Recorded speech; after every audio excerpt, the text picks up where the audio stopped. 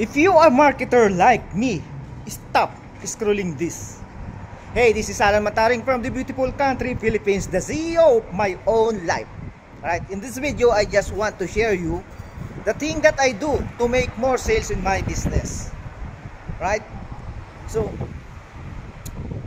all you need to do is just choose a program in which give you higher commission.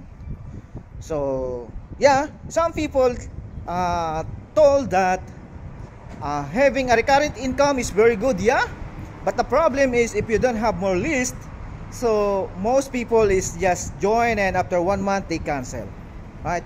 Some people is said high ticket, you join high ticket, yeah, it's very good too, but the problem is some people don't have money to buy that program. So you need also have some capital to buy a good traffic like Instagram influencer, so to get more sales, right? So now what I did is I joined mid-ticket, so from $50 to $600, so people can afford, right?